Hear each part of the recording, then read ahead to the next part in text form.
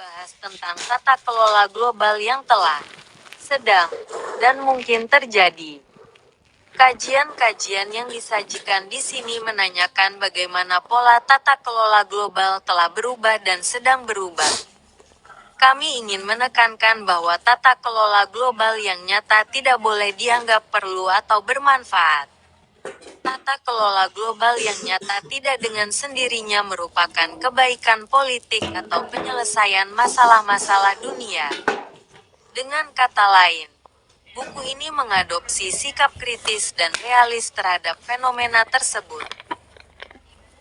Memahami perubahan dari sudut pandang tata kelola global yang nyata berarti mengambil pandangan yang luas dan berani.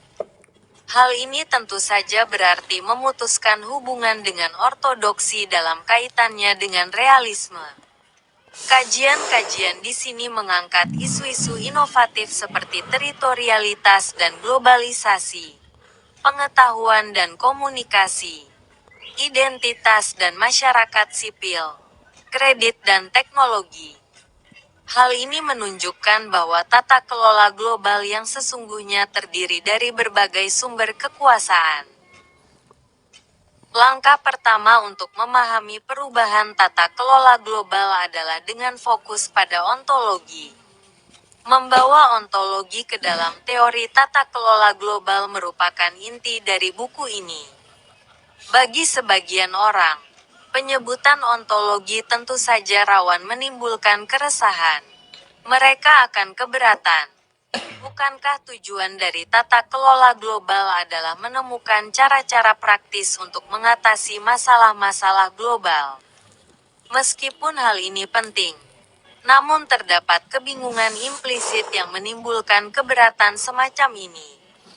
Pendekatan ini mengandaikan bahwa pendekatan ontologis bersifat abstrak dan bahkan mungkin metafisik. Buku ini bertujuan untuk menunjukkan bahwa keberatan tersebut tidak tepat sasaran. Memulai dengan ontologi berarti menjelaskan secara eksplisit tentang struktur realitas dan entitas yang membentuk bentuk pemerintahan global yang ada. Ontologi mengarah pada realisme.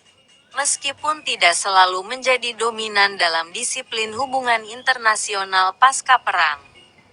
Realisme pasca perang hanya mengakui keberadaan sekelompok kecil entitas. Mengkaji ulang ontologi merupakan sebuah tantangan untuk memunculkan kembali pertanyaan tentang entitas dan kekuatan seperti apa yang relevan dengan perubahan dalam tata kelola global saat ini dan di masa depan. Pukul 5. 4G 90%. uarchive.org/details-a+. Pembicaraan dalam buku ini adalah tentang entitas apa yang harus diakui terlibat dalam perubahan tata kelola global. Pertanyaan-pertanyaan yang muncul adalah sebagai berikut. Apa keseimbangan antara kekuatan-kekuatan yang tampaknya bersifat universal, seperti globalisasi, dengan kekuatan-kekuatan yang bersifat lokal? Apa implikasi perubahan bentuk pengetahuan terhadap konfigurasi tata kelola global? Apa status identitas politik kolektif dan masyarakat sipil dalam pemerintahan global? Pada tingkat aktor, apa kepentingan relatif antara negara dan aktor non-negara? Bab penutup yang ditulis oleh James Rosenau menyatukan banyak isu-isu ini ke dalam kerangka untuk mengajukan pertanyaan-pertanyaan ini dan pertanyaan-pertanyaan ontologis lainnya. Langkah kedua dalam proyek ini adalah memilih serangkaian permasalahan penting yang memerlukan klarifikasi dalam konteks teori tata kelola global. Yang pertama dan terpenting adalah makna dan nilai dari konsep tata kelola global itu sendiri. Bab-bab yang ditulis oleh Robert Latham dan Ronen Palan secara eksplisit skeptis terhadap cara kerja konsep tata kelola global. Tema tambahan yang menonjol adalah hipotesis bahwa pengetahuan dan tatanan informasi dunia, merupakan pendorong utama perubahan dalam tata kelola global. Masalah ini dieksplorasi dengan mengkaji beberapa bentuk kunci pengetahuan. Karen Litvin menyelidiki implikasi penginderaan jauh terhadap lingkungan melalui satelit. Analisis Timothy Sinclair mengenai apa yang ia anggap sebagai bentuk dominan tata kelola global menggunakan contoh-contoh dari pasar keuangan yang disintermediasi, perdebatan defisit anggaran, dan ekonomi informasi global. Edward Comor melihat isu ini dari perspektif tren saat ini menuju globalisasi industri media. Martin Hewson membahas sejarah teknologi intelektual yang berorientasi global. Mark Amin menelusuri pengaruh inovasi instrumen kredit terhadap tata kelola dalam kehidupan sehari-hari. Tema ketiga adalah masyarakat sipil dan identitas politik merupakan sumber utama perubahan tata kelola global.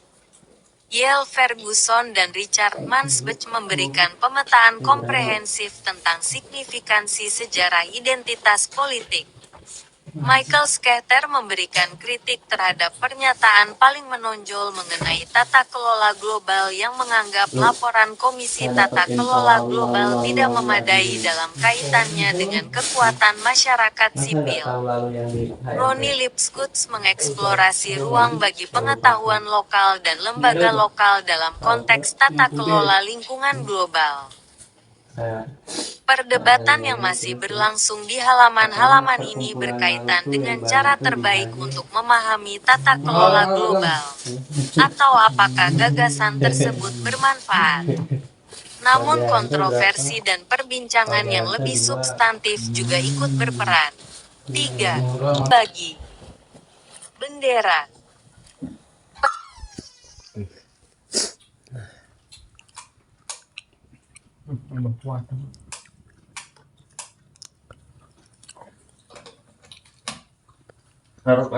Pukul 5.10. 4G 88%. uharchive.org/details/A+. Bayangkan tata kelola global dalam konteks yang lebih panjang, yaitu upaya membayangkan masyarakat dan negara bangsa dalam teori sosial dan politik. Menurut Palan, masing-masing membayangkan ruang bersama. Terdapat lebih banyak kesinambungan daripada yang diakui oleh para ahli teori tata kelola global.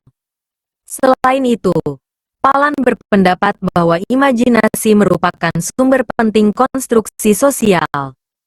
Sama seperti upaya abad ke-19 untuk membayangkan masyarakat dan negara bangsa membangun penutupan sosial. Demikian pula upaya saat ini untuk membayangkan tata kelola global juga membangun penutupan sosial jenis baru. Intinya, menurut Palan, bukanlah membayangkan pemerintahan global, tapi membayangkan keterbukaan sosial. Bagian kedua dari koleksi ini membahas tata kelola global dari sudut pandang tren globalisasi komunikasi, dengan mengkaji bagaimana teknologi dan wacana terlibat dalam perubahan pola tata kelola global. 50 satelit observasi bumi akan diluncurkan pada tahun 1990-an.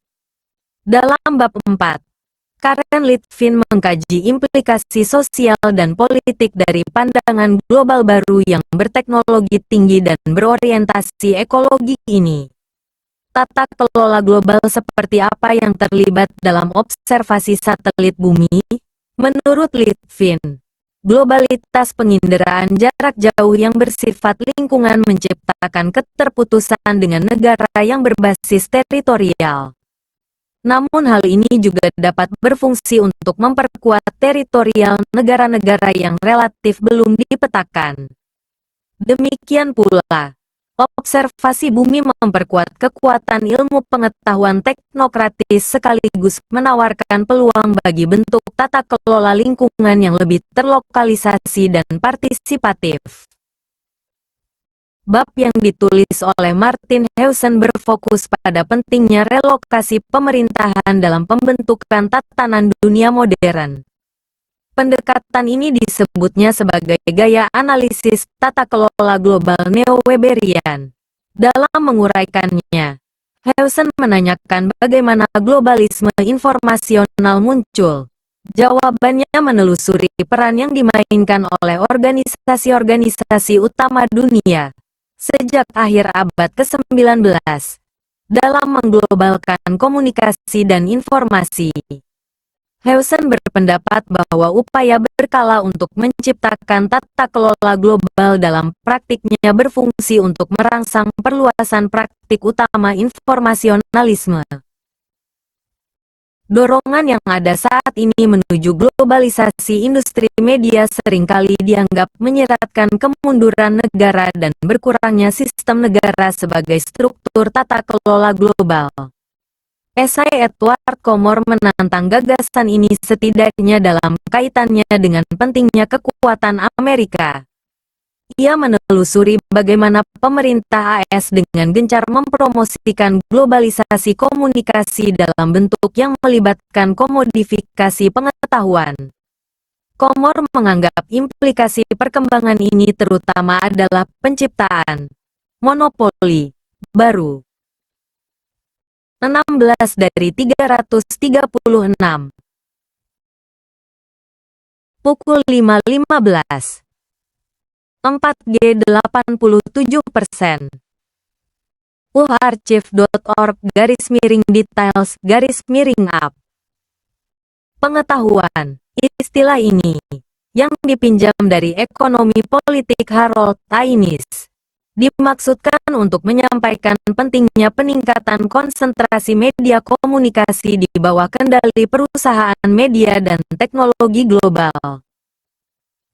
Bagian ketiga buku ini membahas tata kelola global dari sudut pandang tren globalisasi ekonomi, dengan mengkaji keterkaitan antara pengetahuan dan marketisasi sebagai unsur-unsur dinamika ekonomi tersebut.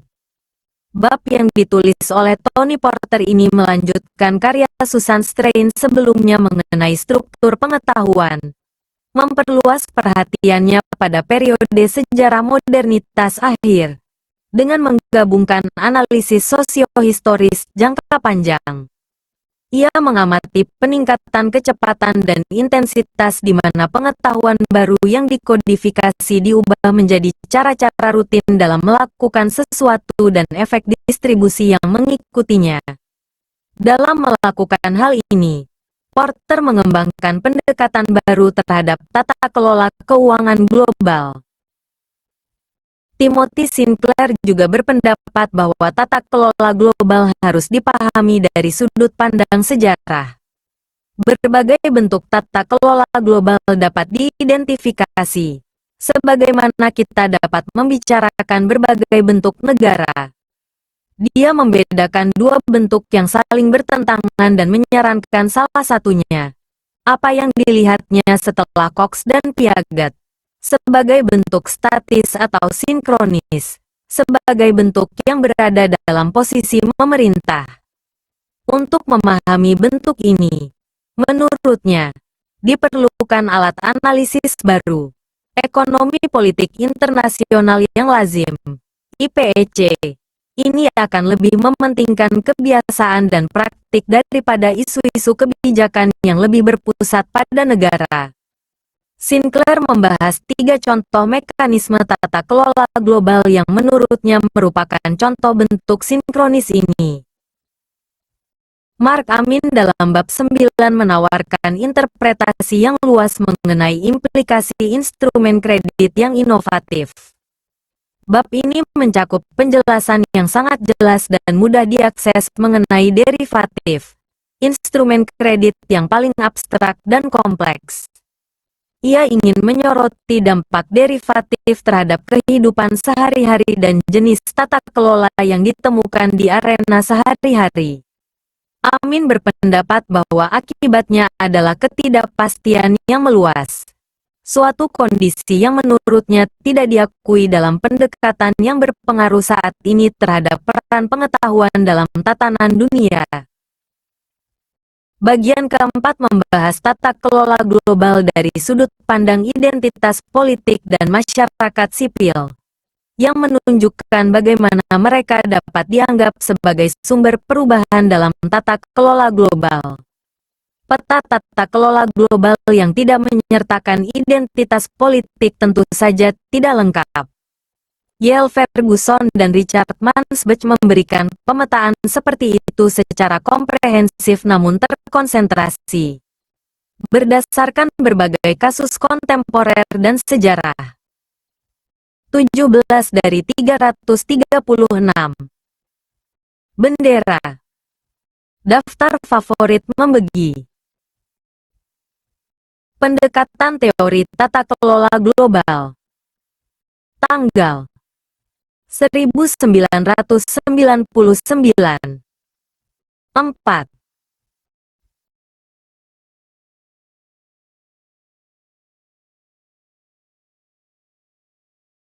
Pukul 5.20. 4G86%. uarchive.org/details/A+. Pertama-tama penulis mempertimbangkan identitas politik dan kebijakan terkait dalam dimensi spasial. Alih-alih diatur dalam pola Westphalia yang terpisah, pemerintahan seringkali bersifat bersarang dan tumpang tindih. Selain itu, identitas politik terjalin dengan bentuk identifikasi kolektif etnis, agama atau lainnya. Ferguson dan Mansbach kemudian memperhatikan dimensi temporal. Identitas politik tidaklah tetap. Mereka berubah saat mereka bertemu satu sama lain. Dalam periode sejarah tertentu terjadi mutasi identitas politik yang meluas. Periode saat ini pada saatnya nanti dapat dilihat secara retrospektif sebagai era perubahan. Sejak tahun 1995, komentar jurnalistik yang relatif luas muncul setelah laporan Komisi Tata Kelola Global mengenai reformasi organisasi-organisasi dunia. Hasilnya, laporan ini menjadi pernyataan pemikiran tata kelola global yang paling dikenal luas. Michael Schachter memberikan kritik mendalam terhadap pendekatan komisi tersebut. Meskipun laporan tersebut menampilkan dirinya sebagai laporan yang radikal dan inovatif, Schachter menunjukkan bahwa hal tersebut tidaklah benar. Schachter berpendapat bahwa penerapan pendekatan yang ia istilahkan sebagai teori penting yang relevan dengan kebijakan akan memberikan keuntungan bagi kebijakan. Secara khusus, hal ini memerlukan pandangan jangka panjang mengenai potensi rekonstruksi kekuatan masyarakat sipil dalam skala dunia. Persoalan ini kemudian dibahas oleh Ronnie Lipskutz di bab 12. Lipskutz bertanya, apakah mungkin untuk mengembangkan sistem pemerintahan yang mengutamakan pilihan lokal dan, pada saat yang sama, mempertimbangkan kompleksitas, koneksi, dan keadilan global? Potensi terjadinya hal ini mungkin berasal dari konteks hubungan antara kekuatan yang mengintegrasikan dan yang memecah belah. Namun yang terpenting, bagi Lipskutz, hal ini memerlukan penilaian dan pengakuan akan pentingnya pengetahuan lokal. Bagian terakhir buku ini, dan bab penutupnya, kembali ke konsep tata kelola global. Pembahasan mengenai ontologi tata kelola global diuraikan pada bab penutup oleh James Rosenau.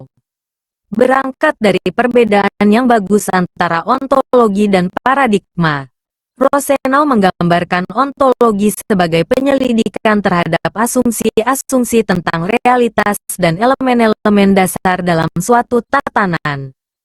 Ciri utama ontologi Rosenau adalah karakter sintetiknya. Hal ini berupaya untuk menyoroti koherensi tertentu dalam tatanan dunia, yang pada saat yang sama mencakup proses perubahan dan gangguan, yang dipahami sebagai kekuatan yang mengintegrasikan dan memecah belah. Para analis harus mengakui bahwa, jika peta dunia dibuat, hal ini akan menggambarkan pemerintahan global sebagai pemerintahan yang sangat terpilah meskipun banyak bidang yang saling tumpang tindih. Oleh karena itu Rosenau berpendapat bahwa entitas-entitas kunci dalam tata kelola global adalah bidang wewenang yang berbeda namun saling bersinggungan. Pukul 5.25. 4G 85%. uharchive.org/details/up. 4. Bab 1. Munculnya teori tata kelola global. Martin H. Ewson dan Timothy J. Sinclair. Pada tahun 1990-an banyak mahasiswa politik dunia mulai menggunakan konsep pemerintahan global. Pada saat yang sama, pertanyaan tentang perubahan global, sumber-sumber dan implikasinya, menjadi isu utama dalam teori hubungan internasional. Dalam bab ini kami berargumentasi bahwa teori tata kelola global telah muncul sebagai titik pandang utama dalam pertanyaan sentral di zaman kita. Perubahan global kini menjadi perdebatan besar dalam hubungan internasional. Namun perdebatan tersebut cenderung berjalan paralel dan jarang bersinggungan. Ada persoalan apakah berakhirnya Perang Dingin merupakan sebuah titik balik atau sebuah momen yang kelanjutannya lebih lama. Ada juga perselisihan mengenai jangkauan dan implikasi globalisasi ekonomi. Selain itu, terdapat perdebatan mengenai tingkat perubahan dalam kaitannya dengan masyarakat sipil global dan arena kebudayaan dunia. Yang diperlukan adalah alat yang lebih integral dan komprehensif untuk memahami perubahan global. Konsep tata kelola global bisa menjadi salah satu alat tersebut. Berakhirnya Perang Dingin secara resmi merupakan sumber terdekat dari arti penting kontemporer dari pertanyaan mengenai perubahan pola pemerintahan global. Realisme mencapai supremasinya dalam Perang Dingin dengan memberikan kita alasan yang kuat untuk memperhitungkan persaingan besar antara Timur dan Barat. Selanjutnya, neorealisme berupaya menguniversalkan konsepsi negara dan sistem negara pada Perang Dingin. Pola tata kelola global tampaknya pada dasarnya tidak berubah, dan organisasinya tidak berubah. 3 dari 315. Daftar favorit. Karena itu, prinsip teritorial dapat dengan aman diabaikan dalam studi politik dunia. Waktu telah berubah. Kini menjadi sebuah pertanyaan untuk mengeksplorasi bagaimana pola tata kelola global berkembang di masa lalu dan bagaimana pola tersebut dapat diubah saat ini. Realisme tetap relevan dalam artian bahwa politik adalah perebutan kekuasaan. Meskipun demikian, jenis-jenis kekuasaan dan prinsip-prinsip pengorganisasian yang membentuk pola tata kelola global perlu dimasukkan ke dalam perhitungan perubahan global yang komprehensif. Saat ini kekuatan yang berasal dari keuangan global atau teknologi informasi serta prinsip pengorganisasian globalisasi perlu diperhitungkan. Selain berakhirnya Perang Dingin secara formal, perdebatan mengenai globalisasi merupakan sumber penting munculnya teori tata kelola global. Sampai saat ini, globalisasi ekonomi dilihat terutama dari sudut pandang negara dan pasar. Sebagai salah satu faktor perubahan global, globalisasi ekonomi dilihat dari perspektif ini dalam kaitannya dengan kecenderungan dunia dari negara ke pasar.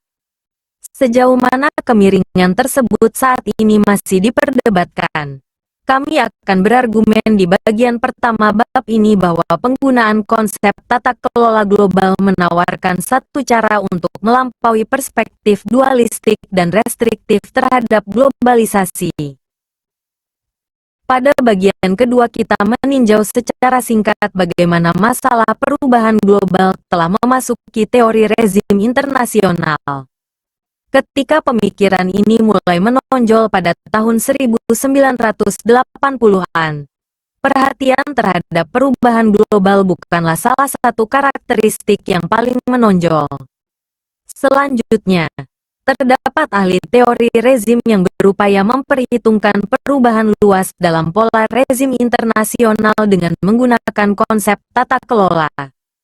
Sementara itu, berakhirnya Perang Dingin membawa harapan bahwa PBB dan lembaga-lembaga terkaitnya akan menjadi lembaga pemerintahan global yang lebih efektif. Bagian ketiga membahas penggunaan tata kelola global dalam mengkaji hubungan antara organisasi dunia dan perubahan global. Oleh karena itu, gagasan tata kelola global saat ini memiliki tiga makna utama yang saling tumpang tindih dan saling bersaing. Pada bagian terakhir, kami akan mempertahankan bagian pertama sebagai kontribusi paling berharga bagi pemahaman tentang pentingnya perubahan global kontemporer. Rangkaian teori tata kelola global ini khususnya merupakan sumber daya yang berpotensi penting bagi mereka yang ingin melakukan penilaian komprehensif mengenai sifat dan cakupan serta sumber dan implikasi perubahan global di zaman kita. Bab ini membahas lebih dari sekedar notis. Tata kelola global dapat dibaca sebagai pemeriksaan perubahan dalam studi. Daftar favorit 4 dari 315. Membagi bendera. Pendekatan teori tata kelola global. Tanggal 1999.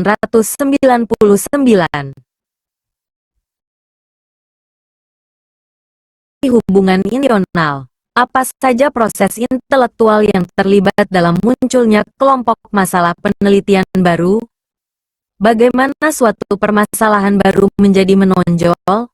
Sebagaimana yang kini diterima secara luas, bidang hubungan internasional saat ini sedang mengalami perubahan besar. Munculnya teori tata kelola global adalah salah satu aspek utama dari perubahan tersebut. Perspektif terhadap perubahan global.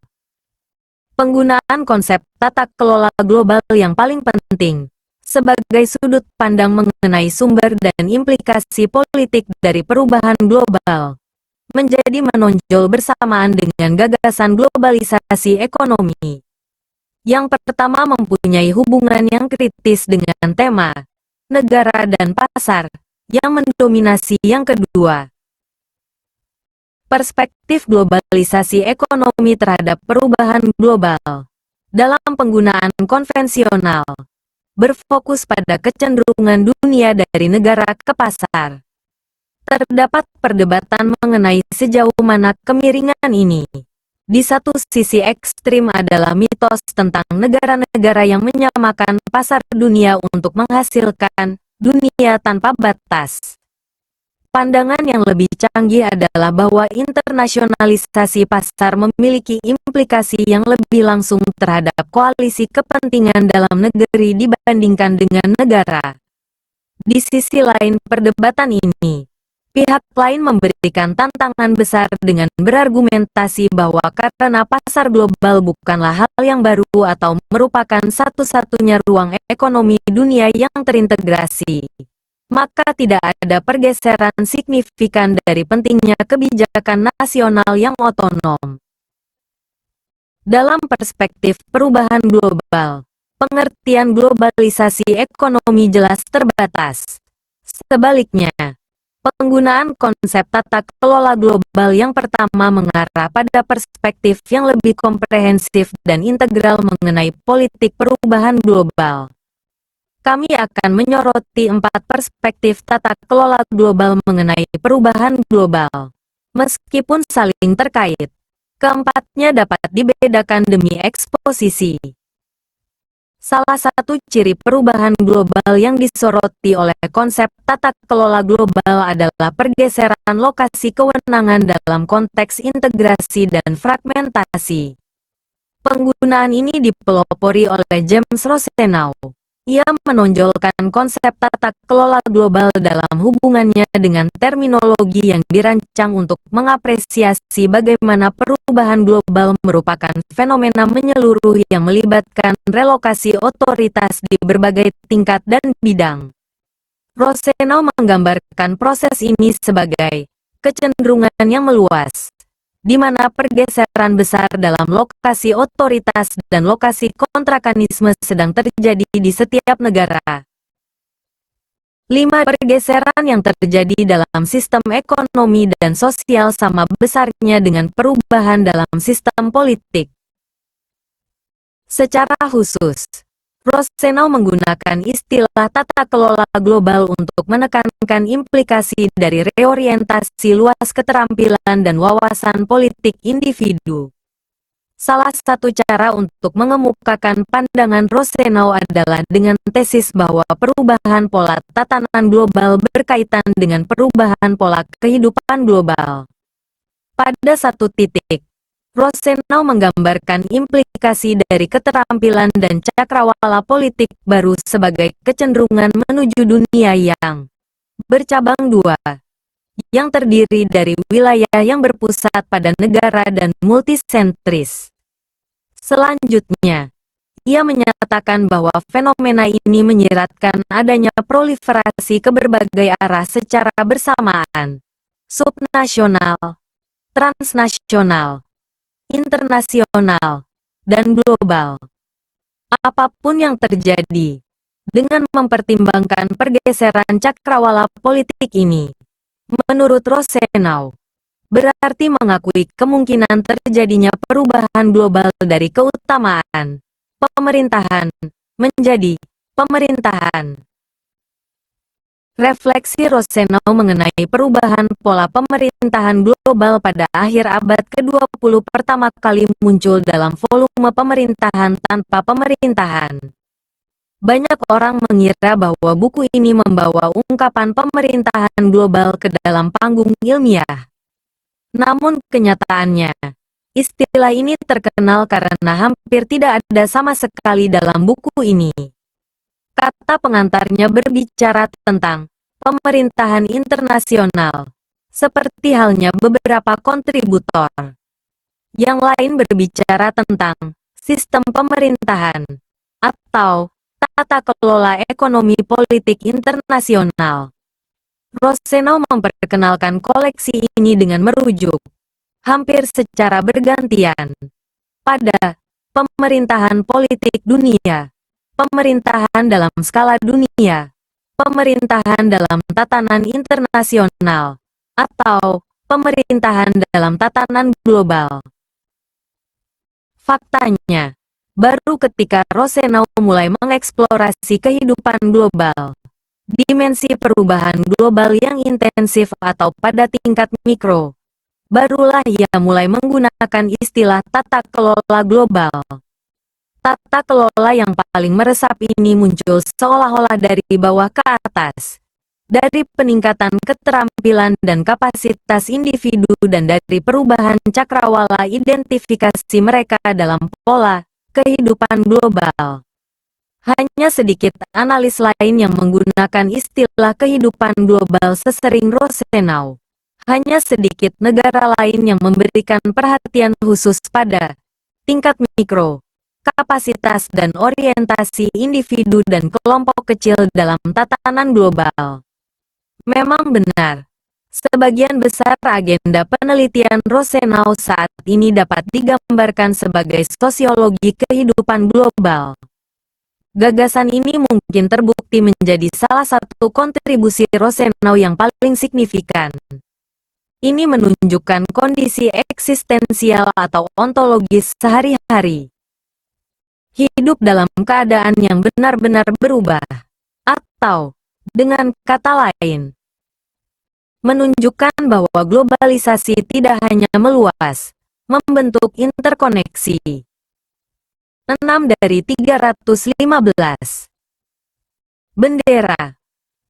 Pendekatan teori tata kelola global. Tanggal 1909. Lintasi ruang, tetapi juga intensif, mencapai tingkat perilaku pribadi. Tulisan Rosenau tentang tata kelola global secara efektif menyampaikan dua prinsip dasar analisis perubahan global dari perspektif pergeseran keterampilan politik dan cakrawala individu. Pertama, analisis perubahan global harus berangkat dari pemikiran hubungan internasional konvensional dengan memahaminya secara holistik.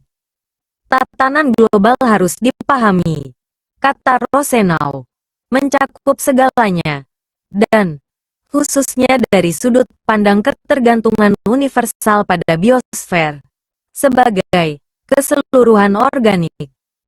Konsekuensinya, analisis menjadi kaya dan bersifat eksploratif, bukan pelit.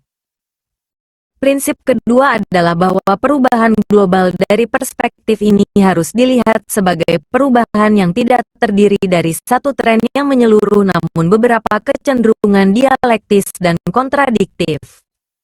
Menurut Rosenau, telah muncul pengaruh-pengaruh yang bersifat integrasi dan fragmentasi, baik kecenderungan globalisasi maupun lokalisasi, baik dinamika kohesif maupun konfliktual. Akibatnya, muncullah berbagai macam bentuk tata kelola global.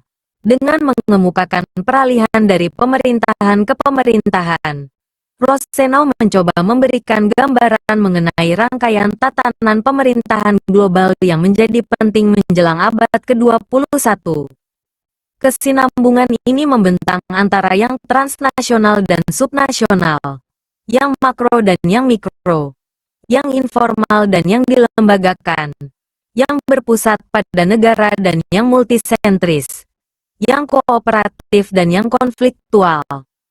Internet dari perspektif tata kelola global, maka kita akan menekankan dinamika proliferasi dan informalitas, proses mikro dan banyaknya pilihan yang dihasilkannya.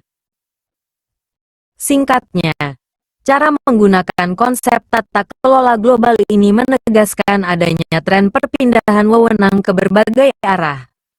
Sistem negara Westphalia atau teritorial tidak lebih dari satu bentuk atau elemen pemerintahan global kontemporer. Berbagai bentuk pemerintahan lainnya merembes ke dalam struktur kehidupan global, berkembang biak dan terdiversifikasi. Konsep tata kelola global tidak mengacu pada lingkup atau tingkat kehidupan global yang berbeda. Itu tidak dimonopoli di organisasi khusus manapun. Sebaliknya, ini adalah sebuah perspektif mengenai kehidupan global. Sebuah sudut pandang yang dirancang untuk menumbuhkan rasa hormat terhadap kompleksitas dan keragaman kehidupan global yang sangat besar. Ciri kedua dari perubahan global adalah munculnya masyarakat sipil global, baik secara aktual maupun potensial. Ini adalah fenomena lebih lanjut yang disoroti oleh konsep tata kelola global. Praktik masyarakat sipil yang berada di antara perekonomian dan negara sudah ada sejak liberalisme abad ke-18. Kembalinya hal ini pada masa sekarang sangat dipengaruhi oleh aktivitas para pembangkang di Eropa Timur pada tahun 1980-an. Di Barat, Gerakan-gerakan sosial semakin berorientasi pada aktivitas dan organisasi skala global yang mengadopsi pemahaman mengenai masyarakat sipil global sebagai arena kecenderungan ideologi transnasional. Gerakan-gerakan global dan asosiasi non-pemerintah internasional. Sebagai contoh, sejak pertengahan tahun 1970-an, perkembangan penting yang terjadi adalah gerakan masyarakat adat telah mengadopsi orientasi global. Gerakan ini berakar terutama di negara-negara Amerika Utara dan Selatan, meskipun juga meluas ke kelompok masyarakat adat di Australia dan Selandia Baru, India dan Indonesia. Unsur organisasi global disediakan oleh kelompok payung yang disebut Dewan Kerja Masyarakat Adat. Fokus politik dari reorientasi ini sebagian besar disediakan oleh PBB sebagai forum untuk mempublikasikan klaim masyarakat adat dalam bahasa hukum internasional tentang penentuan nasib sendiri dan hak asasi manusia. Dari perkembangan ini telah muncul pemikiran yang berupaya menyelidiki potensi normatif dan demokratis dari masyarakat sipil global yang terdiversifikasi dan meningkat.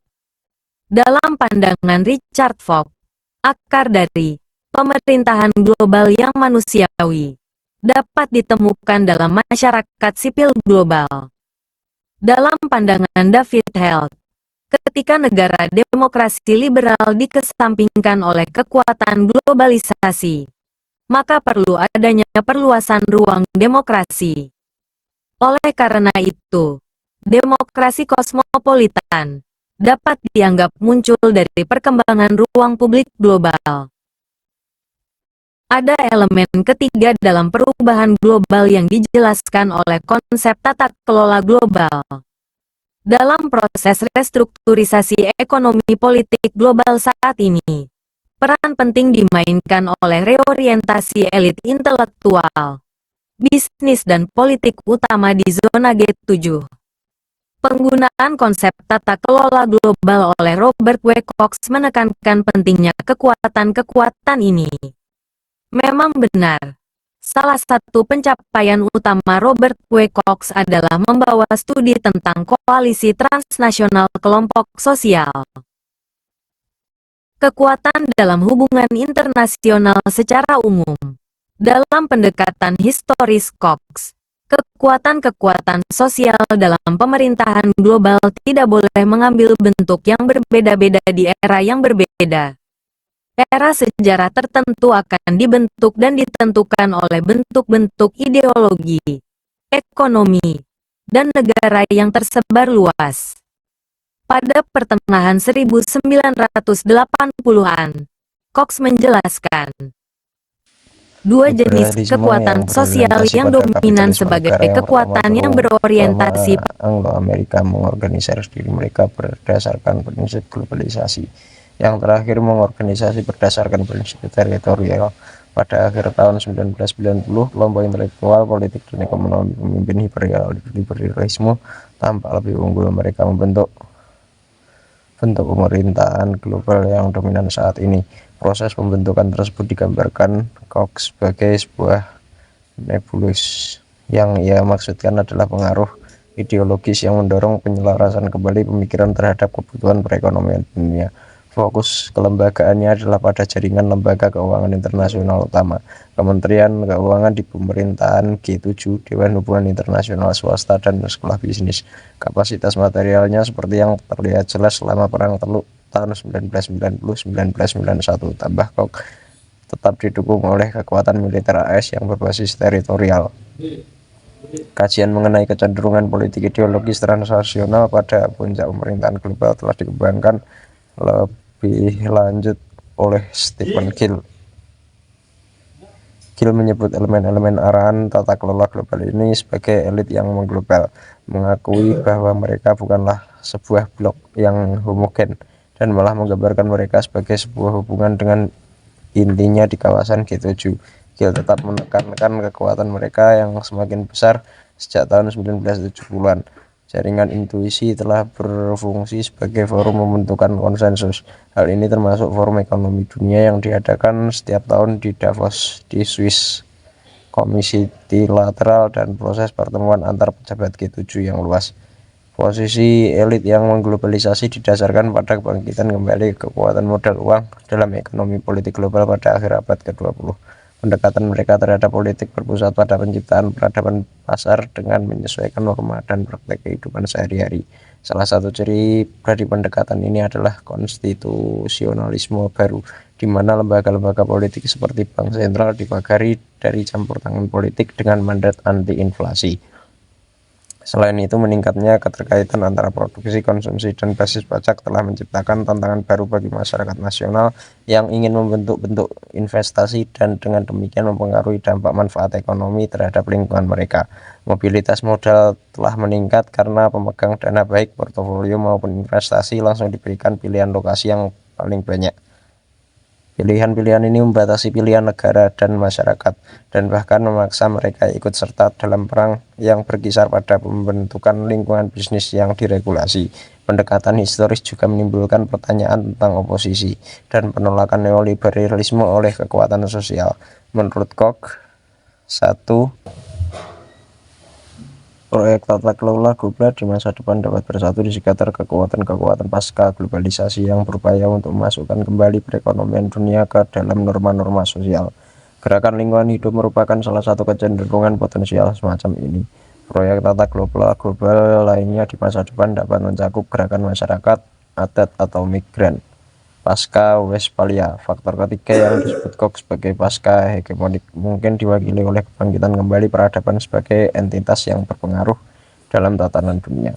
Selain itu, aspek keempat dari perubahan global yang patut mendapat perhatian dari sudut pandang tata kelola global. Hal ini tumpang tindih dengan hal-hal yang dibahas di atas, tetapi tetap saja mempunyai arti penting. Ada alasan bagus untuk menggunakan konsep tata kelola global dengan mengacu pada pentingnya elit dan otoritas epistemik yang berorientasi global. Mereka adalah perantara pengetahuan atau analis simbolis tingkat tinggi yang mengarahkan munculnya tantangan informasi global. Para editor buku ini telah berperan dalam membangun teori tata kelola global ini. Terinspirasi oleh inovasi Rosenau dan Koch dalam memperluas perspektif globalisasi, pada tahun 1994 kami memulai serangkaian panel pada pertemuan Asosiasi Studi Internasional sebagai upaya untuk mempertemukan para sarjana yang bekerja dengan cara yang kami anggap paralel. Salah satu tujuannya adalah untuk mendorong saling kritik dan penilaian yang diperlukan untuk mengembangkan teori tata kelola global. Agenda yang kami tetapkan adalah untuk mempertimbangkan dimensi informasi dalam tata dunia kelola global. Aspek tata kelola global ini sebagian besar muncul dari perubahan global yang terkait dengan teknologi tata pengetahuan dunia yang sedang berkembang. Elit informasi tampaknya sedang dalam proses pembentukan dan pengorganisasian secara global. Dukungan kelembagaan mereka adalah jaringan pusat inovasi di kota-kota besar global, lembaga-lembaga internasional, swasta, dan publik yang peduli dengan peningkatan penggunaan informasi, dan badan-badan profesional komunikasi global. Dari perspektif ini, proses tata kelola global dapat dianggap sebagai peningkatan pengetahuan global, jenis kecerdasan dan komunikasi yang berkontribusi dan membantu mengkoordinasikan aspek-aspek global lainnya. Proses ini dapat dianggap pertama bertujuan untuk koordinasi dan pengurangan resiko dalam konteks persaingan global yang semakin intensif. Dan kedua, bergantung pada penciptaan bentuk otoritas epistemik baru, yang yaitu kemampuan untuk menghasilkan perhatian, rasa hormat, dan kepercayaan dari jarak jauh berdasarkan keahlian dan keunggulan profesional itu. Itu proses penata ulangan hubungan. Dengan cara ini memunculkan hubungan baru. Bidang otoritas transnasional, seperti pepatah pengetahuan adalah kekuatan. Saat ini bisa dikatakan menyelidiki globalisasi pengetahuan adalah salah satu cara terbaik untuk memahami kekuatan globalisasi dan tata kelola. Sebagai rangkuman, kami menyarankan bahwa serangkaian penggunaan konsep tata kelola global telah muncul dalam upaya mengembangkan pendekatan yang komprehensif dan integral untuk menganalisis perubahan global. Sejauh ini yang paling komprehensif adalah pendapat James Rosenau karena fokusnya pada relokasi pemerintahan yang muncul dan tingkat mikro dalam konteks kecenderungan menuju integrasi dan fragmentasi. Pihak lain berupaya menggunakan konsep tata kelola global untuk menyoroti implikasi perubahan global yang lebih spesifik.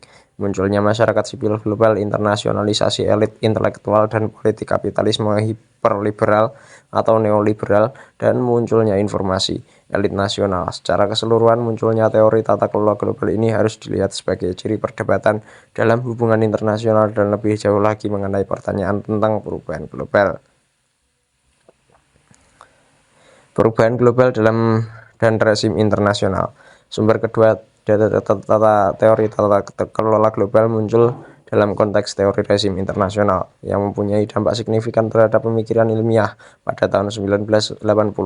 Beberapa orang memujinya sebagai terobosan radikal dari masa lalu, yang lain menganggapnya sebagai hal yang biasa-biasa saja. Dalam salah satu penilaian yang lebih menyelidik dan mendasarkan sejarah, Friedrich Krautwil dan John Ruggie menempatkannya dalam liku-liku tulisan tentang organisasi internasional selama 50 tahun terakhir.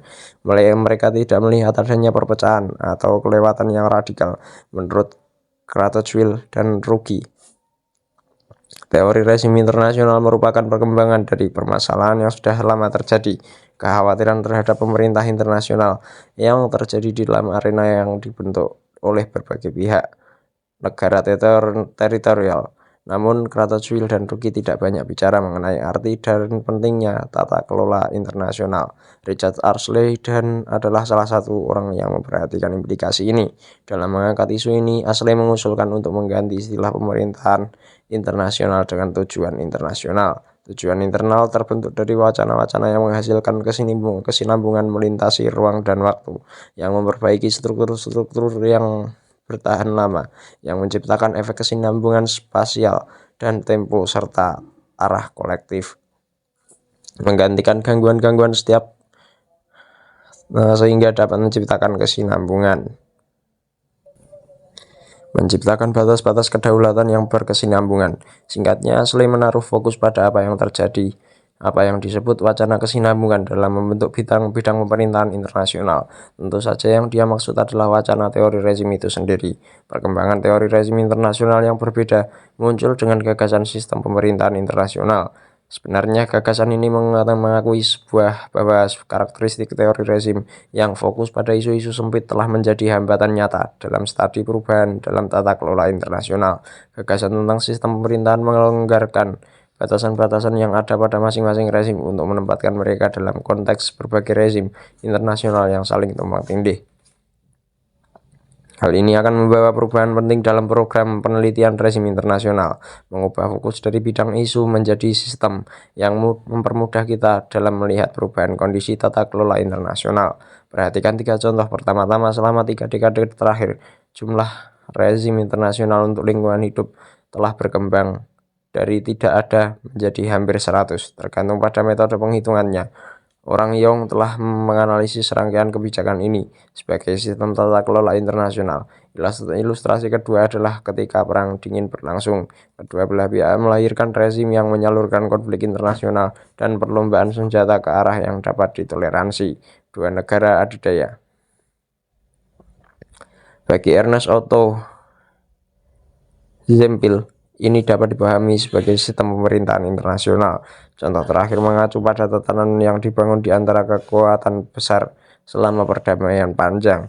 Hal ini melibatkan kesediaan untuk mengembangkan rezim yang dapat mengurangi resiko perang besar lainnya, yang dapat merusak stabilitas dan kekuasaan mereka sendiri. Holstein menunjuk ini sebagai sistem pemerintahan internasional. Di luar kelompok rezim ini, bagaimana dengan kondisi keseluruhan rezim internasional? Mungkin keseluruhan rezim internasional, ekonomi, keamanan, lingkungan hidup, dan sebagainya dapat dianggap sebagai sistem tata kelola internasional.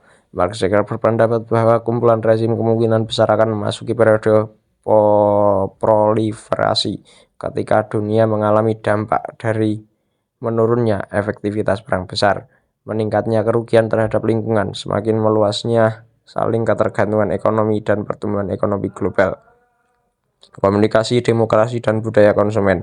Namun Zucker menyimpulkan bahwa proliferasi ini kemungkinan besar akan terjadi pada pola tambal sulam yang tidak merata, sistem pemerintahan internasional yang terencana dan terorganisir, Seperti yang diilustrasikan oleh contoh-contoh ini, gagasan pemerintah internasional keuangan telah memberikan cara inovatif untuk menyelesaikan salah satu masalah besar.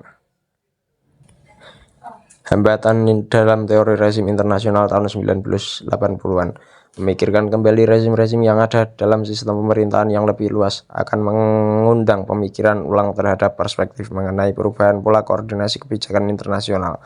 Namun tentu saja sangat penting bahwa rangkaian teori tata kelola global ini umumnya menghindari istilah tata kelola global dan secara implisit kurang memperhatikan signifikansi perubahan global secara keseluruhan.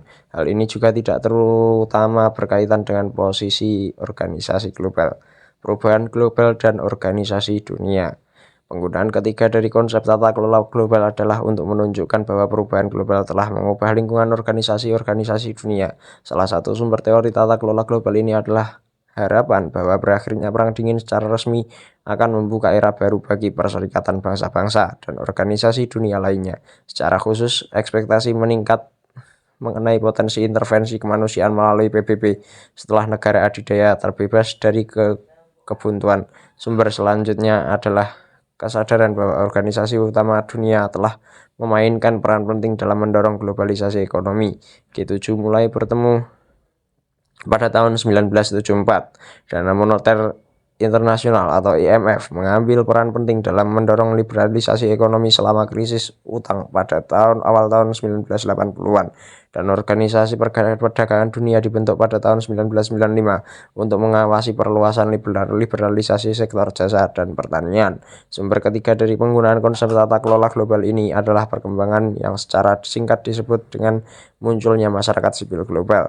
Setelah konferensi lingkungan hidup global yang pertama pada tahun 1972, kegiatan gerakan lingkungan hidup, kemanusiaan, perempuan, dan hak asasi manusia hubungan semakin bersinggungan dengan organisasi-organisasi dunia. Dalam konteks ini, konsep tata kelola global berfungsi sebagai lambang yang berguna bagi program reformasi organisasi-organisasi dunia.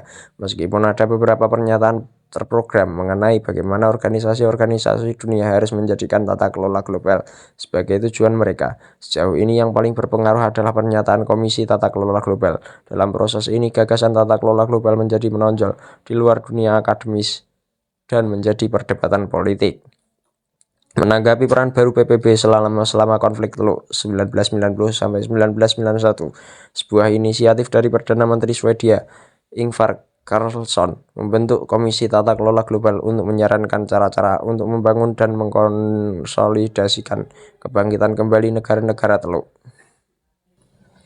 Hasilnya adalah sebuah manifesto dalam tradisi sosial demokrat dalam laporan Utara Selatan karya Willy Brandt tahun 1980 dan laporan pembangunan berkelanjutan Gro Harlem tahun 1987. 40. Namun ada satu perbedaan yang mencolok antara reformasi global sebelumnya. Namun laporan tata kelola global. Laporan sebelumnya berfokus pada pemecahan masalah tertentu yang dihadapi dunia. Laporan tata global lebih menekankan pada penyampaian argumen bahwa perubahan global telah mengubah medan penyelesaian masalah global untuk terjadi. Di satu sisi, laporan komisi tersebut memperkirakan bahwa berakhirnya Perang Dingin memungkinkan penguatan besar-besaran organisasi-organisasi dunia. Misalnya, laporan tersebut merekomendasikan pembentukan kekuatan militer, fasilitas perpajakan otomatis, dan pengadilan untuk mengawasi persaingan global. Di sisi lain, komisi ini juga membayangkan situasi di mana lembaga-lembaga masyarakat sipil global semakin terlibat dalam fungsi tata kelola global. Misalnya saja, RUU ini mengusulkan perluasan forum kelembagaan di mana organisasi non-pemerintah atau LSM dapat memperoleh kehadiran yang efektif di panggung dunia. Pandangan bahwa berakhirnya Perang Dingin, kebangkitan globalisasi ekonomi, dan munculnya masyarakat sipil transnasional telah mengubah tahapan penyelesaian masalah global merupakan gagasan utama dalam beberapa penelitian yang menggunakan konsep tata kelola global. Menurut Mihaly Csikszentmihalyi, misalnya, tugas organisasi dunia dalam mengelola risiko dan perubahan dalam sistem internasional telah memasuki era baru. Csikszentmihalyi, seorang analis yang terkait dengan program pembangunan PBB atau NDP, berpendapat bahwa masa depan yang efektif bagi organisasi-organisasi global harus melibatkan para pemimpin sistem PBB dan negara-negara sponsor utama yang menyadari perubahan-perubahan penting di zaman sekarang. Groom dan Powell telah merangkum perspektif yang muncul dari penggunaan konsep tata kelola global. Seperti yang mereka katakan, tata kelola global berkaitan dengan identifikasi dan pengelolaan isu-isu yang berdampak pada seluruh belahan dunia. Isu-isu mencakup ekologi, hak asasi manusia, dan pembangunan, serta pengungsi, migrasi, narkoba, dan epidemi. Sebagai dampak dari meningkatnya kesadaran akan isu-isu tersebut sejak tahun 1960, terdapat kebutuhan yang semakin besar akan tata kelola global. Namun identifikasi dan pengelolaan isu-isu tersebut masih belum jelas dan parsial. Hal ini mengarahkan Groom dan Powell menyimpulkan bahwa tata kelola global adalah sebuah tema yang memerlukan fokus. Sejauh ini kajian yang paling banyak memberikan informasi secara teoritis dan historis mengenai hubungan antara perubahan global dan organisasi-organisasi dunia adalah kajian sejarah Craig Murphy yang kaya mengenai perkembangan organisasi-organisasi dunia sejak tahun 1850. Dimensi perubahan global yang menjadi fokus utama Murphy adalah pembangunan kapitalisme industrial dari asal mula revolusi industri kedua hingga krisis Fordisme pada tahun 1970-an dan 80-an. Dalam penggunaan Murphy, tata kelola global mengacu pada aktivitas organisasi dunia, namun ia berpendapat bahwa sejak tahun 1850 kegiatan ini berasal dari kemampuan koalisi internasional, kekuatan sosial liberal untuk menginvestasikan organisasi-organisasi dunia dengan tugas mempromosikan industri-industri terkemuka dalam fase-fase industrialisme berturut-turut. Inilah yang terjadi pada masa Belle Époque Eropa 1880 sampai 1914 dan zaman keemasan dunia bebas 1945-1970 kapitalisme industri. Dalam setiap kasus menurut Murphy, organisasi-organisasi dunia membantu menciptakan kondisi yang mendorong fase kapitalisme industri yang baru dan lebih inklusif. Tema umum dalam teori tata kelola global ini adalah pentingnya masyarakat sipil global sebagai sumber revitalisasi organisasi global. Program-program sosial demokrat untuk membantu organisasi-organisasi global memerlukan desain ulang yang menjadikan organisasi-organisasi tersebut menjadi jaringan yang tertanam dan dalam masyarakat sipil global. Organisasi-organisasi global yang tertanam akan lebih terbuka terhadap pengaruh masyarakat sipil global dan dalam hal ini lebih demokratis. Mereka akan lebih mengandalkan sumber daya dan keahlian masyarakat sipil global, menyerahkan tanggung jawab pada perusahaan dan lembaga nirlaba, dan mereka akan secara aktif mendorong penyebaran masyarakat sipil global dengan mendorong pemerintahan yang demokratis. Pemerintahan ulang mengenai peran organisasi-organisasi dunia dalam hal tata kelola mencerminkan perkembangan terkini dalam praktik organisasi-organisasi tersebut. Pada tahun 1989, Bank Dunia mendiagnosis krisis pemerintahan sebagai sumber masalah pembangunan di Afrika. Belakangan pemerintah mulai mendefinisikan ulang pembangunan sebagai hal yang melibatkan peningkatan tata kelola pemerintahan yang dipahami sebagai administrasi profesional yang lebih baik dan pengembangan kapasitas masyarakat sipil. Dengan demikian mereka telah mengesampingkan batasan-batasan sebelumnya dalam melibatkan diri dalam ruang urusan politik demi mendorong demokrasi liberal di kalangan kliennya. Dalam perkembangan paralel, mantan Sekretaris Jenderal PBB Boutros Ghali telah menuliskan bahwa keharusan baru bagi sistem PBB harus dianggap sebagai upaya yang mendorong demokrasi. Singkatnya, penggunaan konsep tata kelola global mengacu pada kegiatan organisasi-organisasi dunia kini sudah mapan. Ini bukan hanya soal anggur lama dalam botol baru, karena temanya global. Perubahan juga menjadi lebih menonjol.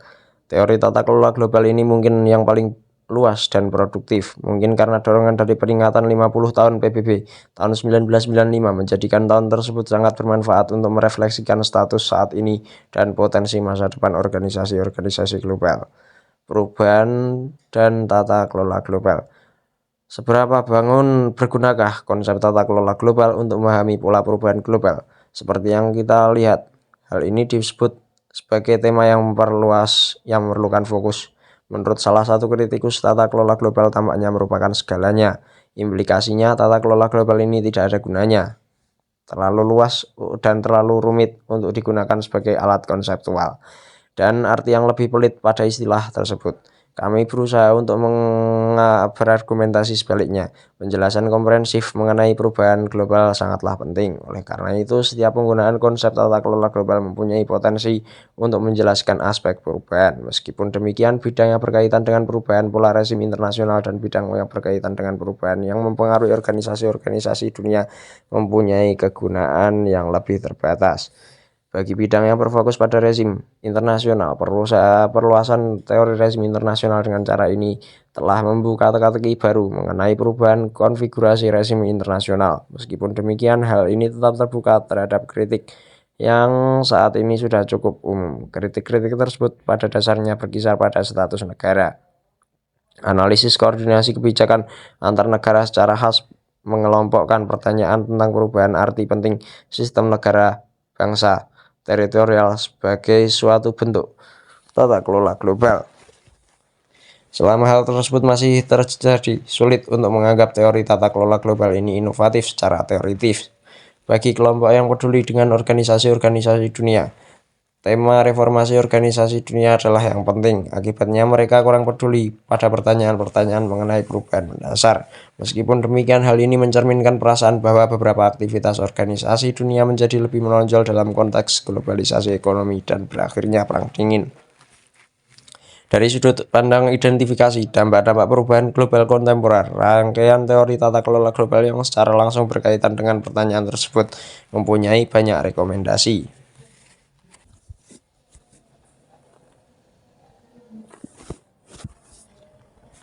Kami berusaha menunjukkan bahwa ini merujuk pada serangkaian perkembangan spesifik orientasi cakrawala politik individu, terbentuknya masyarakat sipil global, meningkatnya kekuatan elit yang mengglobal, dan khususnya munculnya elit informasi global. Masing-masing perlu dinilai, semuanya bersifat multidimensi dan komprehensif. Pemahaman yang memadai tentang penyebab utama perubahan global harus mempertimbangkan segala ini. Untuk memahami perubahan global, kami menganggap epistemologi dan ontologi historis sangat penting. Teori historisme bertujuan untuk mendapatkan konstruksi penjelas yang sesuai dengan perubahan bentuk yang diasumsikan oleh kehidupan sosial sebagai tantangan baru yang dihadapi oleh komunitas manusia.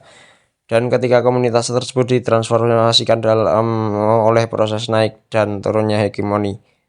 Hal ini berarti bahwa pemahaman fungsional tentang bagaimana segala sesuatu diorganisasikan dalam masyarakat tidak berguna. Hanya saja pemahaman tersebut hanya berguna dalam parameter historis dan situasional yang ditentukan dengan cermat.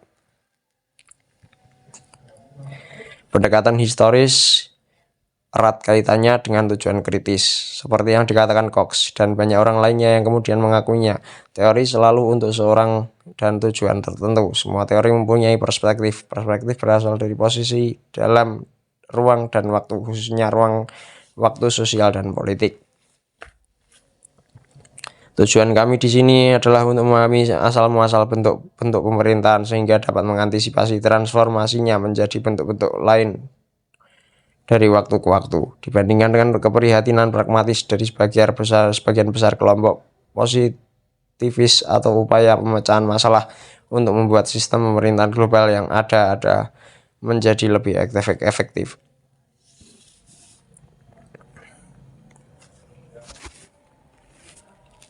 Salah satu ciri utama bidang hubungan internasional pada akhir tahun 1990 adalah keasikan dengan perubahan global.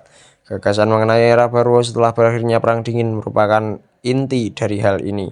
Namun demikian pula perdebatan mengenai sifat dan implikasi persaingan ekonomi global serta kecenderungan menuju globalisasi budaya. Kami berupaya menunjukkan bahwa teori tata kelola global muncul dalam konteks perdebatan berlapis mengenai sumber cakupan dan konsekuensi perubahan global. Konsep tata global berdiri di samping konsep-konsep berorientasi perubahan lainnya yang membantu pemahaman yang lebih komprehensif tentang perubahan global. Meskipun demikian, harus diakui bahwa ada beberapa kegunaan berbeda dari konsep tata kelola global. Salah satunya muncul dari upaya menelusuri perubahan luas dalam pola rezim internasional. Yang kedua berkaitan dengan implikasi perubahan kontemporer terhadap kapasitas organisasi-organisasi dunia dalam mengatasi permasalahan dunia. Yang ketiga berkaitan dengan mengidentifikasi kekuatan politik yang berpengaruh yang membentuk pemerintahan global. Diperlukan lebih banyak upaya untuk mengubah cakrawala politik individu, meningkatkan kekuatan elit transnasional dan ekonomi politik global, mewujudkan masyarakat sipil global, dan khususnya kami yakin bangkitnya elit informasi global. Sementara masing-masing dari dua pendekatan awal mengidentifikasi satu hal yang penting. Politik dunia terapung menuju kritik terhadap tata kelola global adalah perasaan ikatan yang tidak dapat dipisahkan menjadi satu dengan dunia luar secara keseluruhan. Saya boleh berkomentar bahwa bagi saya hal ini menampaknya merupakan sesuatu yang bersifat persepsi intelektual yang memang benar tidak disertai dengan nada perasaan, namun hanya seperti yang terdapat pada tindakan pemikiran lain yang memiliki jangkauan yang sama. Menurut Sigmund Freud, peradaban dan ketidakpuasannya. Pada tahun 1930, Sigmund Freud menggambarkan apa yang disebut sebagai perasaan samudra, suatu perasaan akan sesuatu yang tidak terbatas. Sensasi ini menurut pendapatnya adalah dasar dari semua perasaan keagamaan. Sigmund Freud sendiri skeptis terhadap klaim ini. Ia melihat perasaan ketidakberdayaan masa kanak-kanak kemungkinan besar merupakan asal mula sikap religius. Entah kenapa dia tidak menghubungkan kedua sensasi tersebut. Perasaan bahwa seorang terjebak dalam lautan totalitas mungkin timbul dari rasa tidak berdaya. Ayat ini mungkin juga berlaku, dan bersama-sama kedua sensasi tersebut mungkin mewakili dialektika yang memperkuat orang-orang yang kewalahan. Saya jadi bertanya-tanya, apakah para pakar hubungan internasional telah memasuki dialektika mereka mengenai kewalahan ketika mereka berusaha untuk menenangkan diri dan menganalisis tatanan dan kehidupan global pada akhir abad ke-20. Di satu sisi, perasaan oseanik dialami sebagai satu kesatuan sosial dan politik global. Umat manusia sedang direnungkan. Di sisi lain, rasa tidak berdaya muncul ketika kita dihadapkan pada besarnya ruang lingkup keagamaan dan fragmentasi yang menandai dunia global. Belum lagi proses integrasi dan globalisasi yang terjadi secara pasang surut di dalamnya. Para pengambil kebijakan di suatu negara tidak dapat mengartikulasikan kebijakan luar negeri yang koheren. Organisasi internasional mengalami kegagalan, dan para pakar melihat kembali kebijaksanaan pepatah Gramsci tentang bagaimana tatanan lama akan mati, namun tatanan baru akan muncul perlahan-lahan. Apakah semakin populernya konsep tata kelola global ada hubungannya dengan dialektika masyarakat yang kewalahan? James Rosnow yang tampaknya menyadari kekuatan dialektika ini, namun tampaknya menolak untuk menyerah padanya, memulai esainya tentang tata kelola global dengan menyatakan, mengantisipasi prospek tata kelola global pada dekade-dekade mendatang berarti kita harus melihat ketegangan yang kuat, kontradiksi-kontradiksi yang mendalam, dan paradoks yang membingungkan. Hal ini untuk mencari keteraturan dan ketidakteraturan, koherensi dalam kontradiksi, dan kesinambungan dalam perubahan. Hal ini untuk menghadapi proses yang menutupi pertumbuhan dan pembusukan. Hal ini untuk mencari otoritas yang tidak jelas, batas-batas yang berubah-ubah, dan sistem pemerintahan yang muncul.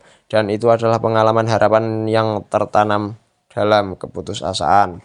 Mungkin tata kelola adalah cara untuk mempertahankan kepekaan kelautan tanpa merasa tidak berdaya dalam menghadapi kehidupan global yang sangat kompleks dan beraneka ragam, serta tatanan global yang kontur dan strukturnya belum muncul atau belum terlihat.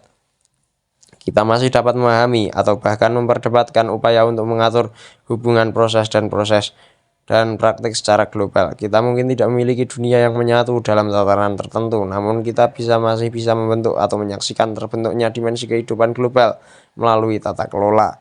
Lebih dari itu, tata kelola pemerintahan dengan mudahnya memungkinkan kita untuk mengartikulasikan satu visi ketertiban karena takut disalahartikan sebagai kaum rasionalis yang naif, atau lebih buruk lagi, kaum tekno-imperialis yang etnosentris. Hal ini menawarkan kepada para pembuat kebijakan internasional, birokrat, dan penjaga perusahaan sebuah sarana untuk mewujudkan multilateralisme yang baik tanpa harus menawarkan proyek pembuatan tatanan besar yang bersifat global. Tata kelola global mempunyai keuntungan karena terlihat terbuka dan tersebar, atau bahkan tidak berkomitmen. Itu adalah kualitas yang menarik di era ambiguitas, ketidakpastian, dan perubahan. Tapi aku bertanya-tanya, apakah ada rayuan yang terjadi?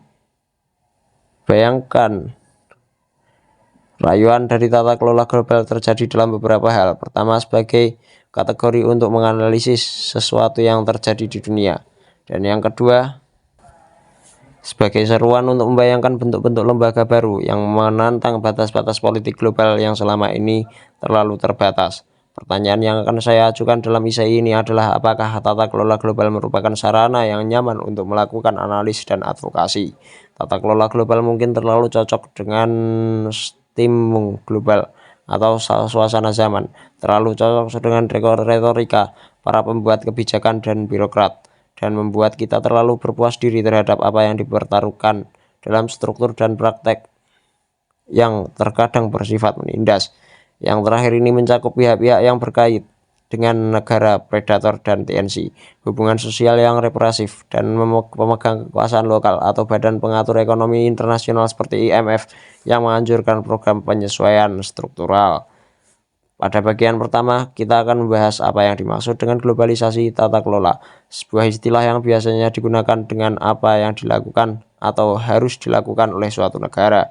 Bagian kedua akan menelusuri bagaimana wacana mengenai tata kelola global mirip dengan sosiologi struktural fungsional abad pertengahan, serta menjelaskan keterbatasan-keterbatasannya sebagai cara analis dan sebagai titik awal untuk mengajukan pertanyaan-pertanyaan politik mengenai persaingan dan konfigurasi bentuk-bentuk ekstensi sosial. Bagian ketiga menyelidiki implikasi dari relatif tidak adanya literatur mengenai apa yang dianggap sebagai negasi terhadap tata kelola. Berdasarkan pada dua pertanyaan, apa yang bertentangan dengan tata kelola dan apa yang tidak tunduk pada tata kelola.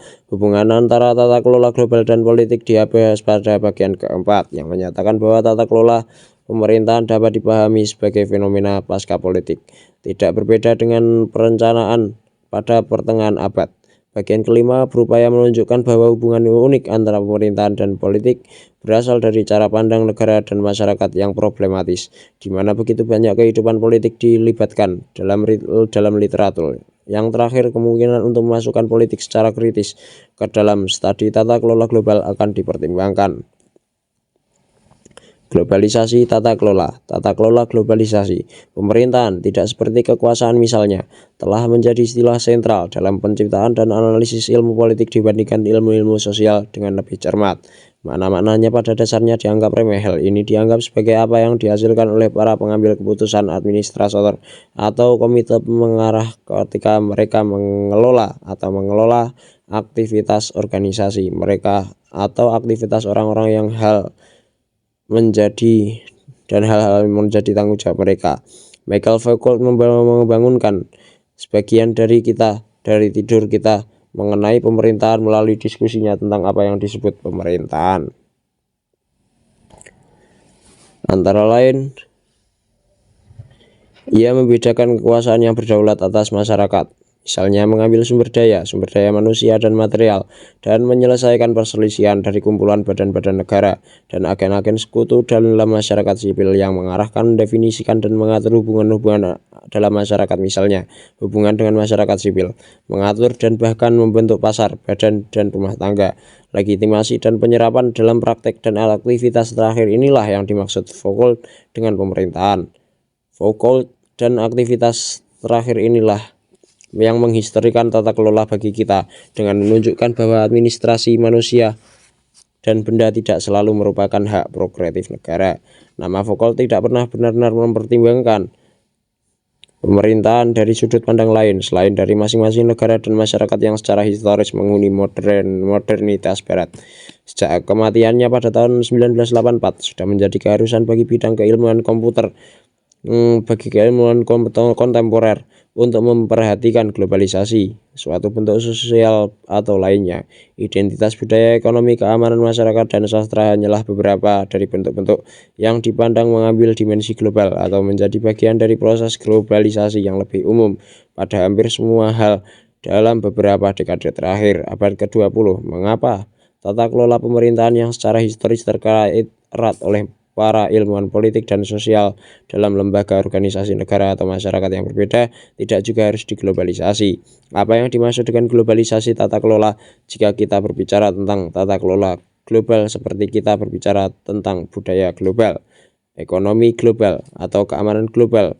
Seorang sarjana Foucauldian mungkin berpendapat bahwa populasi, struktur produksi dan konsumsi, hubungan politik dan sebagainya semakin diatur dalam skala global.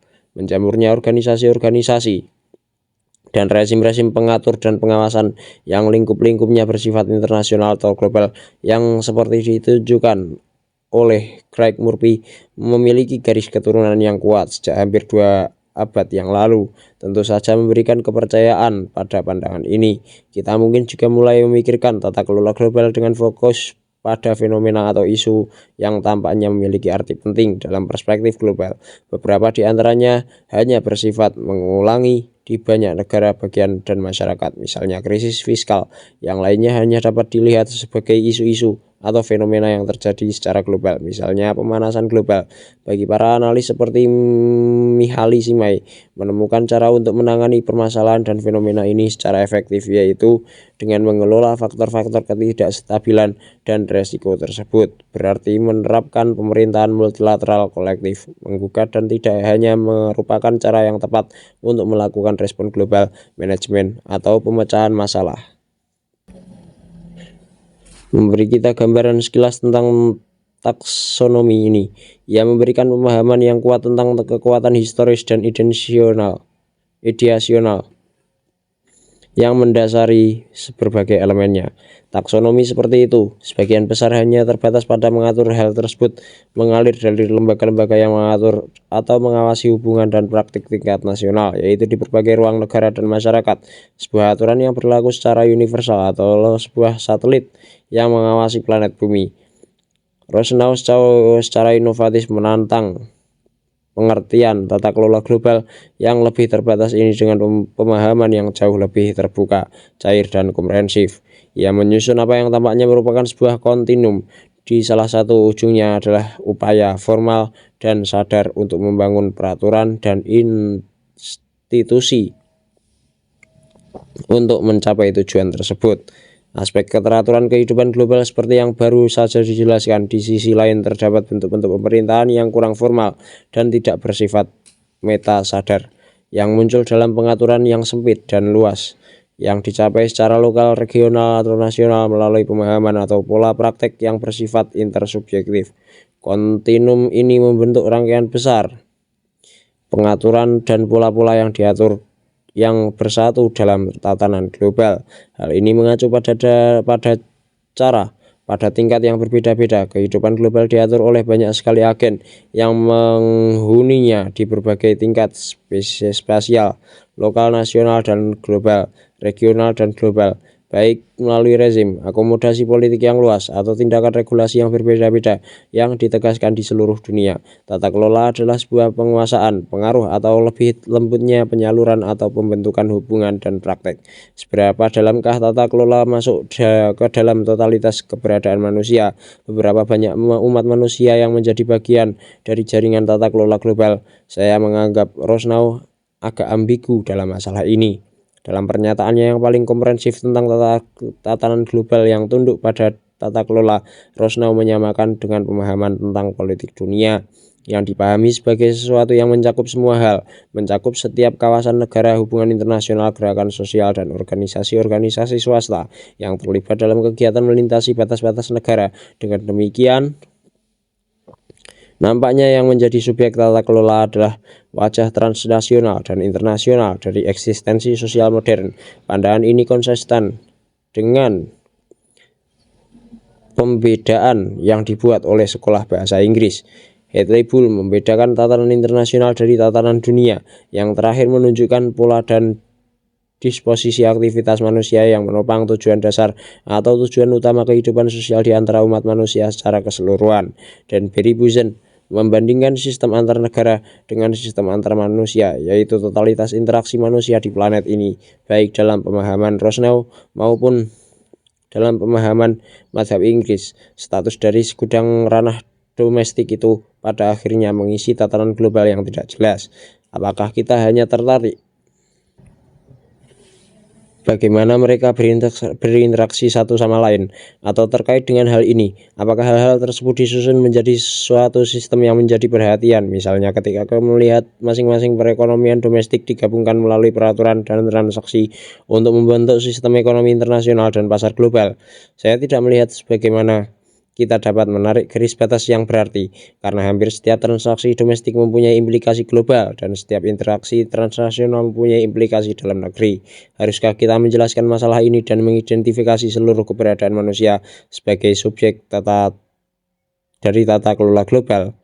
Mengklarifikasi seberapa dalam kita melangkah adalah hal yang penting, karena di bawah pena Rosnow ada pergeseran besar dalam arti global. Dalam frasa tata kelola global, kita beralih dari tata kelola yang bersifat global ke tata kelola yang bersifat global. Dan tata kelola yang bersifat global ini berarti menggabungkan tata kelola yang bersifat global.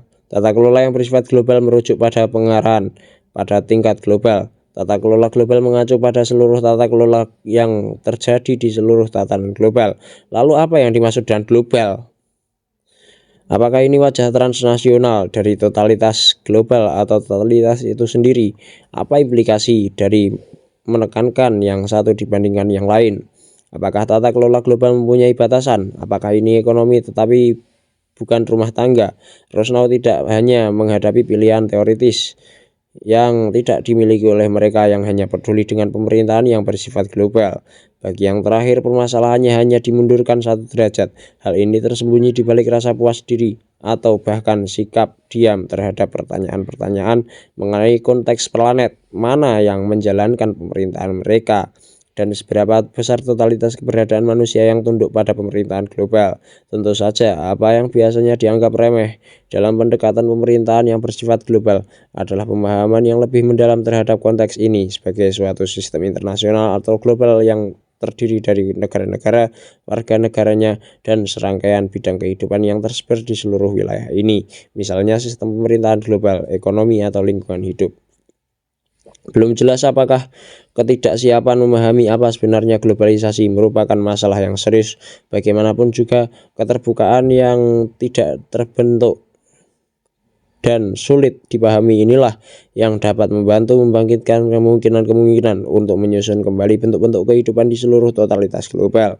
Sungguh menggoda untuk melihat ke luar negeri dan menemukan bentuk-bentuk persaingan baru, gerakan sosial baru, dan pergerakan di luar batas negara, dan menyatakan bahwa hal-hal tersebut tidak berada dalam batas-batas sistem antar negara. Sarjana kritis seperti Rosnow, Richard Mansbach, Yale Ferguson, dan Richard Falk ingin berpikir melampaui batas-batas sistem antar negara. Sebuah sistem yang pada akhirnya bertumpu pada asumsi statistik yang tidak lagi cukup untuk memenuhi kebutuhan dan permasalahan dunia.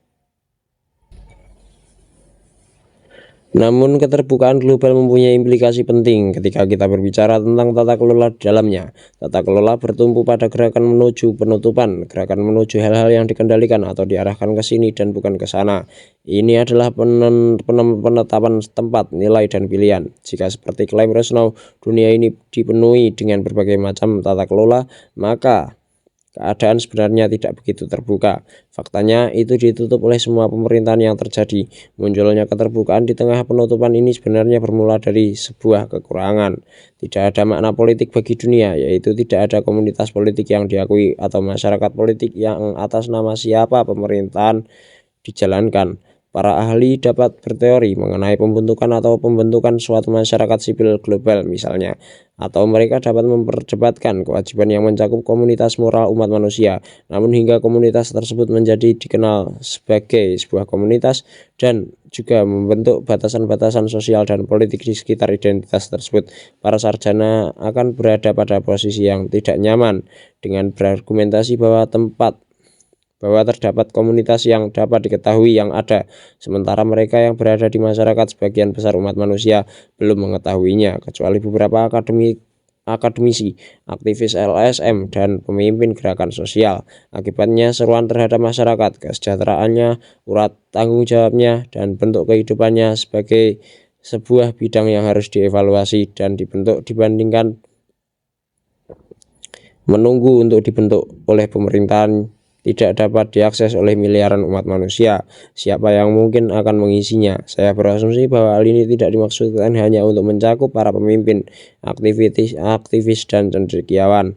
Tentu saja ada seruan para aktivis kepada komunitas internasional, terutama pemerintah dan pemimpin opini mengenai ketidakadilan. Ada hubungan penting yang dijalin oleh gerakan-gerakan sosial yang bersekutu melintasi batas negara, dan ada beberapa pakar yang berjuang untuk menciptakan landasan normatif yang bermakna bagi segala jenis klaim lintas batas dan global. Namun dalam konteks pemerintahan sehari-hari atau pemerintahan global, upaya-upaya ini merupakan hal yang luar biasa atau sangat melekat dalam kehidupan komunitas nasional yang terkait dengan negara. Penetapan hak asasi manusia dan penegakannya dalam komunitas hukum negara mungkin merupakan contoh paling menonjol dari hal ini. Saya tidak sedang memperdebatkan nasionalisme tentang yang global atau yang internasional. Saya segera menyadari betapa pentingnya dimensi-dimensi dalam bidang-bidang seperti hak asasi manusia dan aktivisme lingkungan hidup. Saya juga tidak ingin memperdebatkan kemungkinan terbentuknya masyarakat sipil global. Sebaliknya, saya ingin menunjukkan beberapa risiko dalam menyusun analisis kami seputar konsep seperti pemerintahan global, merata, dan mengambil kemungkinan-kemungkinan bentuk-bentuk sosial baru seperti masyarakat sipil global begitu saja. Saya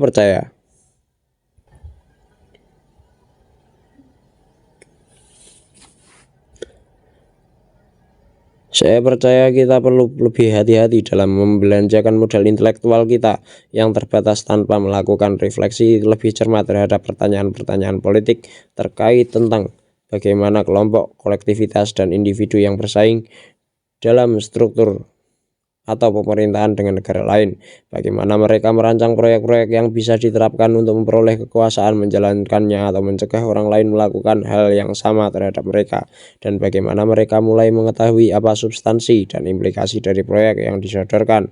Dalam konteks komunikasi nasional, terdapat sejarah bentuk-bentuk kehidupan yang didukung, isu-isu yang diperebutkan, dan aktor-aktor politik yang setidaknya pada prinsipnya terikat oleh beberapa norma atau bahkan persyaratan umum yang merupakan tanggung jawab kolektif.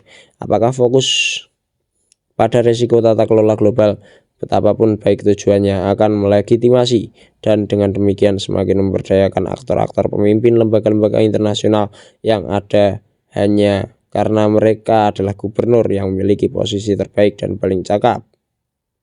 Dengan kata lain, kami ingin tata kelola global menjadi efektif, dan kami ingin tata kelola global yang adil, yang mengarah pada tatanan dunia yang adil dan kemungkinan untuk mengatur dengan baik. Namun kita hanya mempunyai konteks sosial yang terbuka dan berubah-ubah. Jika bukan baru lahir komunitas global yang dapat dijadikan acuan untuk memilih gubernur. Hal ini bukan sekedar persoalan adanya defisit demokrasi, karena hal ini mengasumsikan adanya semacam sistem demokrasi, biasanya perwakilan, yang menunggu di sisi lain dan hanya diterapkan secara kurang baik.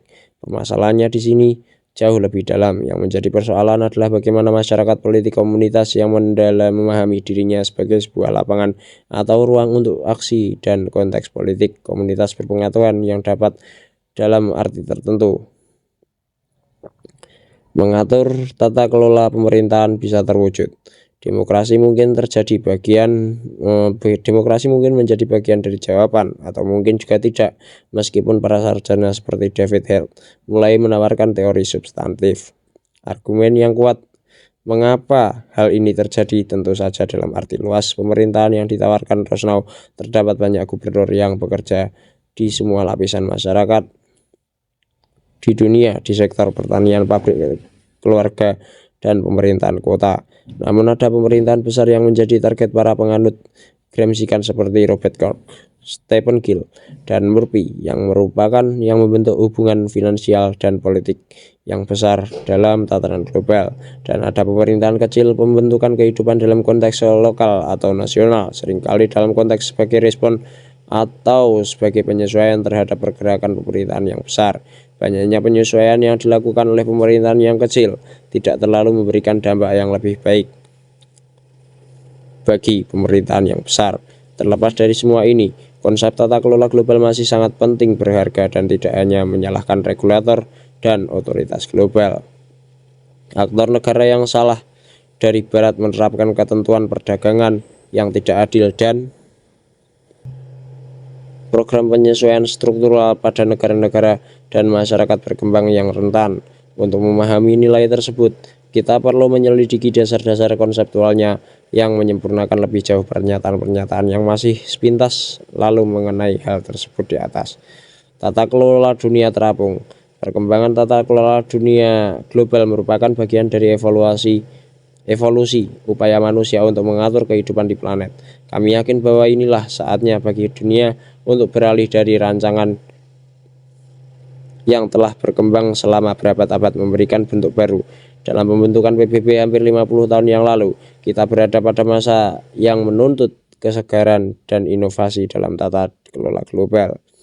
Ketika bahasa pemerintahan global disinggung, biasanya tersembunyi perasaan tersirat bahwa yang kita semua alami adalah modernisasi hubungan internasional dan kehidupan global secara umum. Naskah ini tidak berpusat pada dampak modernisasi negara dan masyarakat terhadap hubungan internasional, sebuah tema yang ditekankan oleh Edward Morse 20 tahun yang lalu. Sebaliknya, apa yang membuat naskah baru ini unik adalah penekanannya pada modernisasi global itu sendiri. Kita tidak hanya menjadi lebih dewasa dalam hal pengorganisasian dan pengelolaan dunia global, namun elemen-elemen yang dikatakan para sosiolog sejak abad ke-19 menandai masyarakat modern yang kini menandai masyarakat global, atau haruskah saya katakan global masyarakat. Negara ini jauh lebih terdiferensi dalam hal tugas, lembaga, dan ruang sosial. Jauh lebih padat penduduk dan organisasinya, khususnya LSM, dan secara umum lebih kompleks dibandingkan sebelumnya dalam sejarah. Di sini saya tidak ingin memperdebatkan legitimasi naskah modernisasi global ini. Sebaliknya, saya ingin berargumen bahwa melalui naskah tersebut, kita mungkin menelusuri kembali landasan yang sama yang dipertanyakan oleh para sosiolog struktural fungsional pertengahan abad 20, terutama Talcott Parsons, yang hanya kali ini berkenaan dengan masyarakat global dan bukan masyarakat nasional. Parsons dan struktural fungsionalisme menekankan integrasi dan pemeliharaan masyarakat tertentu tanpa syarat dan dasar konflik dan kontradiksi dalamnya. Yang penting bagi teori Parsonian adalah gagasan bahwa tatanan masyarakat memerlukan integrasi yang jelas dan pasti, dalam arti pada di satu sisi koherensi normatif dan di sisi lain harmoni dan koordinasi masyarakat. Parsons menanggapi apa yang dilihatnya sebagai tantangan utama bagi teori sosiologi. Mengapa ada tatanan sosial dan bukannya ketidakteraturan Hobbesian, perang masing-masing melawan semua?